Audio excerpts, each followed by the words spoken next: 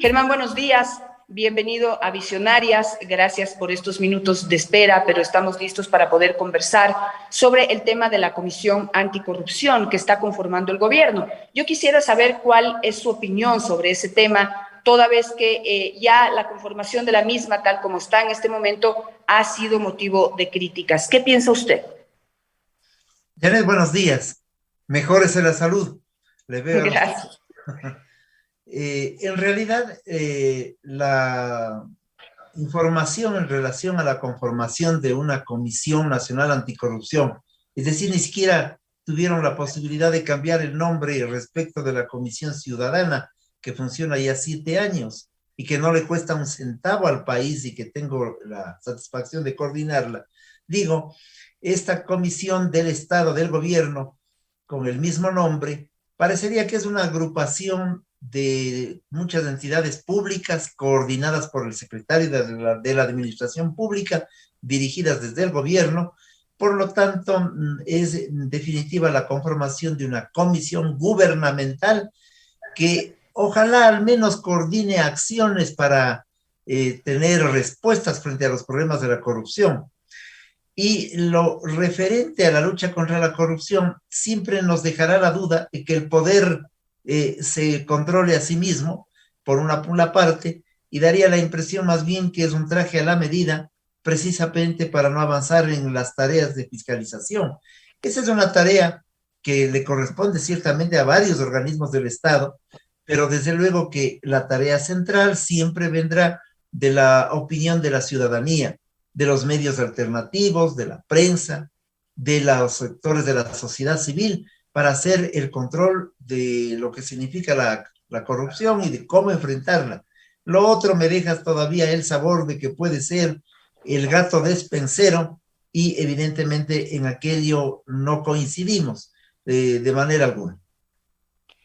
¿Cuál es la diferencia de esta Comisión Anticorrupción de las secretarías de transparencia, las comisiones de corrupción del 30S, distintas comisiones de investigación de casos de formado en el país? ¿Usted le encuentra alguna diferencia o es más de lo mismo?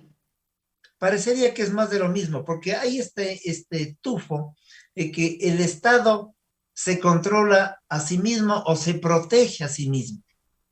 Entonces, esto de encargarle al ratón que cuide el queso es bastante complicado. La lucha contra la corrupción, sin embargo, hay que darla. Es de esperar que las esferas del gobierno, del Estado, yo hablo del Estado más bien, actúen con beligerancia frente a la corrupción y que articulen todos los mecanismos. Pero parecería que pueden repetirse estas secretarías que finalmente no hacen nada y que todo lo dejan pasar.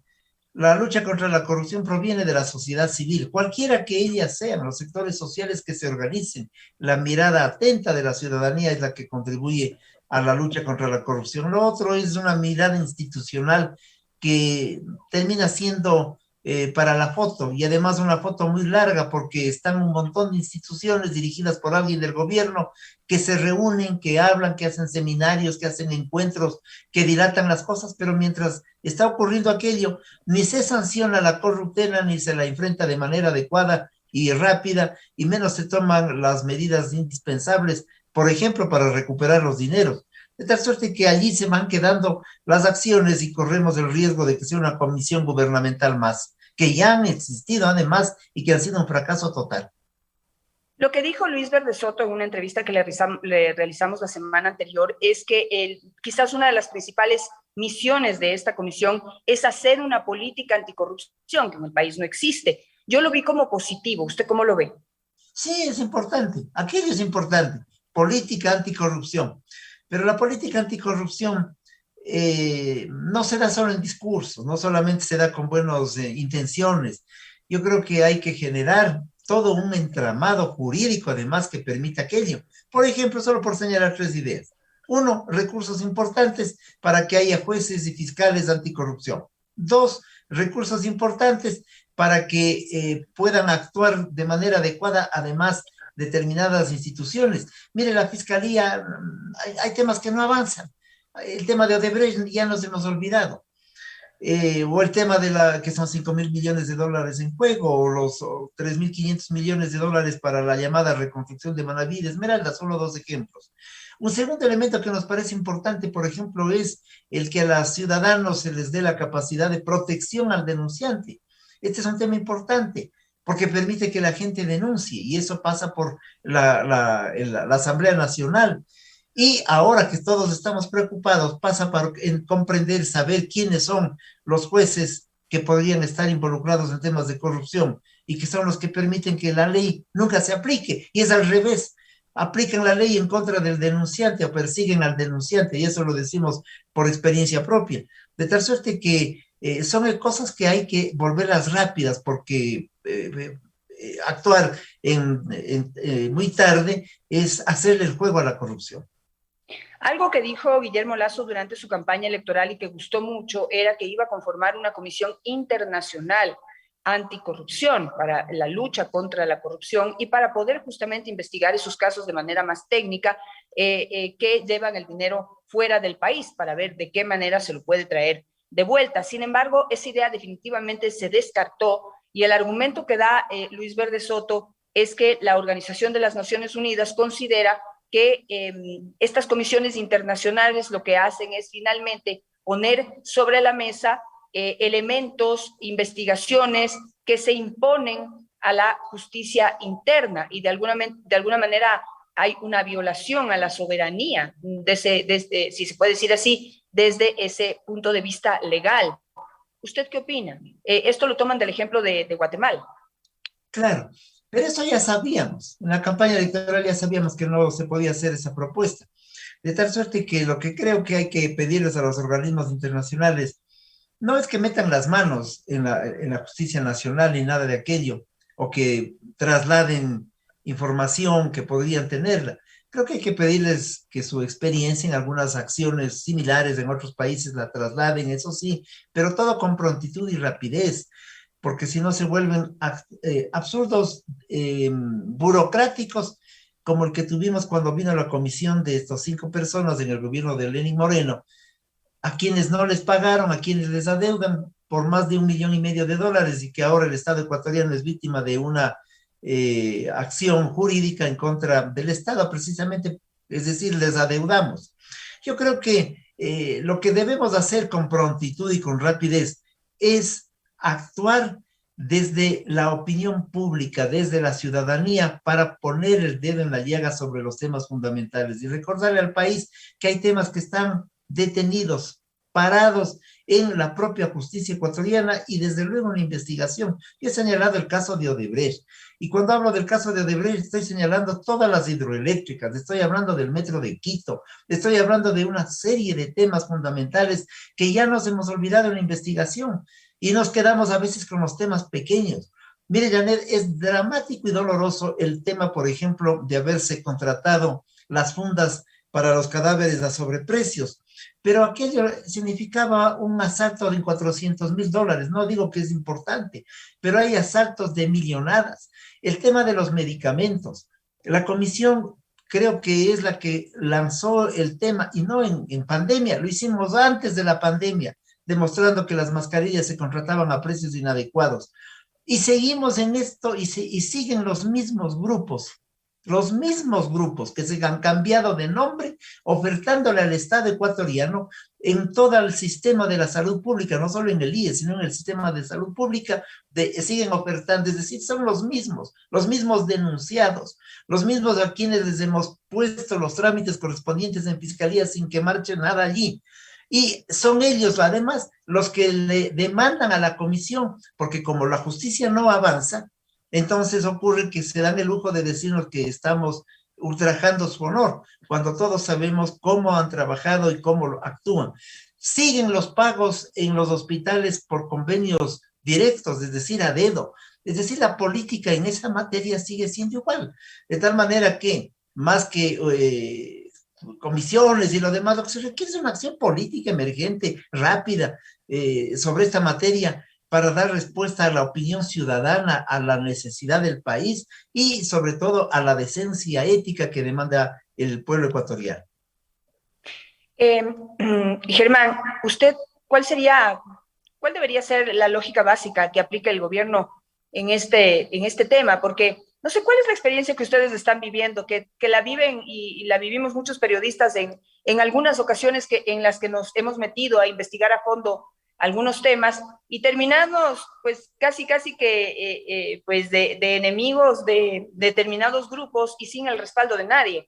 Entonces, no sé cuál es la experiencia, porque la lógica me diría que una buena política anticorrupción debería dar paso no a una, sino a más comisiones cívicas de anticorrupción y a fortalecer también el papel de los periodistas, que lo único que pedimos es información transparente para poder investigarla. Totalmente de acuerdo, porque yo quiero decirle que el patrimonio de la lucha contra la corrupción no es patrimonio de nadie.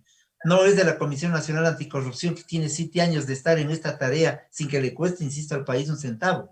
Pero no es un patrimonio, es la prensa, son los periodistas, es la gente honesta, son los ciudadanos, son las diversas vedurías que se puedan constituir. Es decir, allí está el control real sobre los temas de corrupción. Pero cuando uno pide información y la información se demora, se traspapela, se complica, no le llega a tiempo. Y cuando, aparte de eso, hace la denuncia, nosotros hemos hecho denuncias fundamentales al país firmadas, puestas nuestros nombres, y a veces nos hemos dado el trabajo, parece anecdótico, de decir, mire, las personas que han asaltado en tales entidades son tales personas, viven. Pues la corrupción es generalizada. Es decir, la lucha que se debe llevar adelante ya es contra una estructura que está podrida desde abajo. Y por eso pasan esas cosas que usted está mencionando, que no se reconocen las firmas, que se demoran los casos, que no se le llama al uno, que se confunde al otro. Es decir, que como que se dilatan los casos a propósito, porque la corrupción ya no está solamente arriba, está en medio y está también abajo. Y ahí ya se necesita, no sé si ¿qué debe contemplar toda esa política anticorrupción para que logre ser efectiva y tome en contexto, tome en todo su composición al tema de la corrupción en nuestro país? De acuerdo totalmente con su visión, Janet. Mire, y antes de contestarle, le agrego un elemento. Cuando nosotros presentamos denuncias, porque tenemos núcleos provinciales en las provincias, y nos exigen en plena pandemia que los miembros de la Comisión Nacional Anticorrupción, como la doctora Robalino con 104 años de edad, se trasladen a las provincias a hacer reconocimiento de firma, y si no se trasladan, no marcha la causa.